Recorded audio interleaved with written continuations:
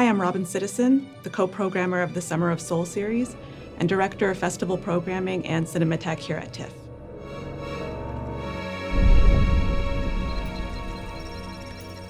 I think many of us in North America first heard of Oldboy when it burst into the trades and film news, when it unexpectedly won the Grand Prix at the 2004 Cannes Film Festival, infamously through a jury led by filmmaker Quentin Tarantino. Of course, Park Chan-wook had been making films in Korea for over a decade by that point, beginning with The Moon is the Sun's Dream in 1992. But his real breakthrough came with JSA, or Joint Security Area, and 2000, which was a bona fide blockbuster, becoming the highest grossing Korean film to that point. Oldboy is Park's fifth film and the second in what would become known as his Vengeance trilogy, beginning with Sympathy for Mr. Vengeance in 2002 and ending with Lady Vengeance in 2005. Oldboy is adapted from a Japanese manga, and he manages to translate the visual style of manga with the kinetic energy of video games into this story about a salaryman, Dae-su, who is the center of a long, elaborate revenge plot.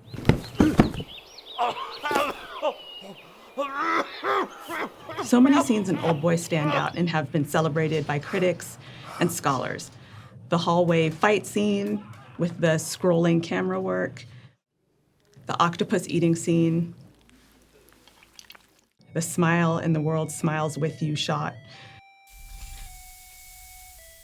But the scene which stuck with me is the big reveal, where Woo-jin, Dae-su's captor for the past 18 years, tells him the why and how of his revenge.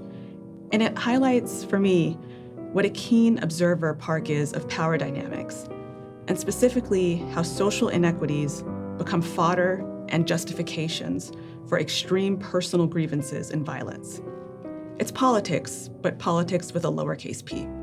The set design of Woo-jin's home is such that it speaks of his wealth.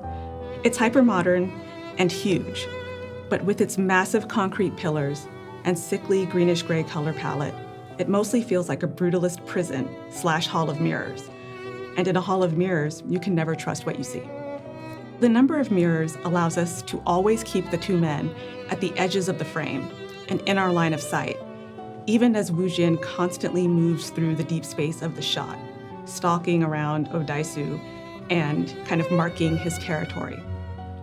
We often also see a doubling of Woo-jin, as part of his body is in the frame and again reflected in the mirror, where we can also see the entire figure of Dae-su in very small relation to Woo-jin. This shot visually foreshadows so much of the turns and power shifts the conversation will take in the next 2 minutes of the scene. Dae-su believes he is here calling Woo-jin's bluff, and he's figured it all out. But in the same way that his entire body is visible to us, we realize that Dae-su has played all of his cards. And because of the angle, Woo-jin is often nearly breaking the fourth wall, looking almost right into the camera at the viewer. He seems to have visual mastery of the entire space. This, and his relative size in the frame, suggests that he's still a few steps ahead and continuing to pull the strings, even at the moment when Dae-su is supposed to be declaring his victory. Now, for me, this is also the moment where the biggest irony or cruelty of the revenge becomes clear. Dae-su's entire life has been ruined over starting a rumor.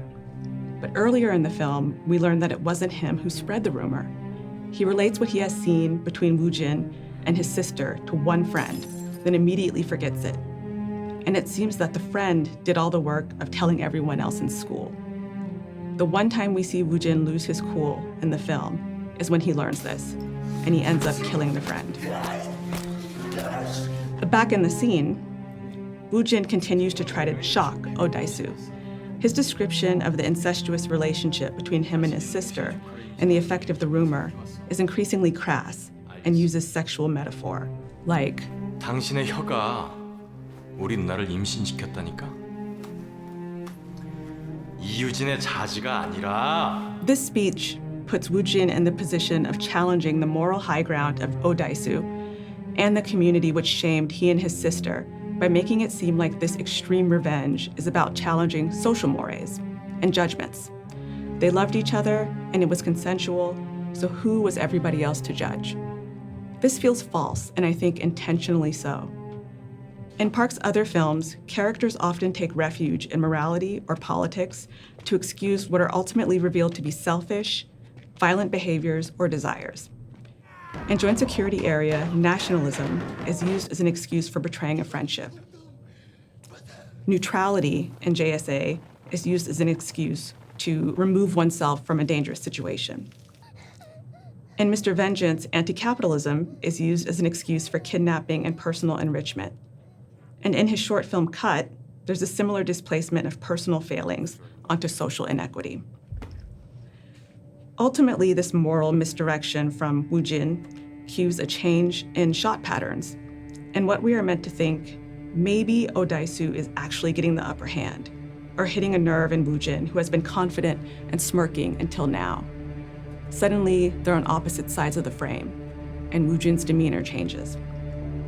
But no, we're just starting to learn the extent of Woo Jin's plan.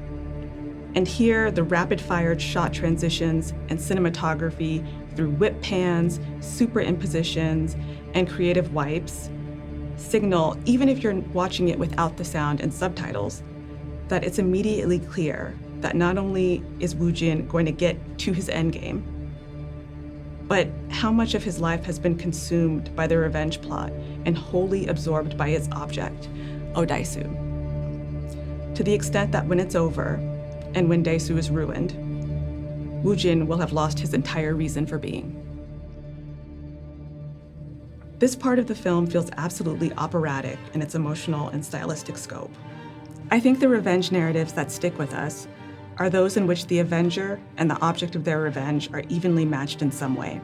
And the performances of Choi Min-sik, who became an icon after this, and Yoo Ji-tae, and their ability to generate empathy for both flawed, sometimes monstrous characters in this struggle are seamlessly integrated into the sound and fury of Park Chan-wook's style. You have to have both.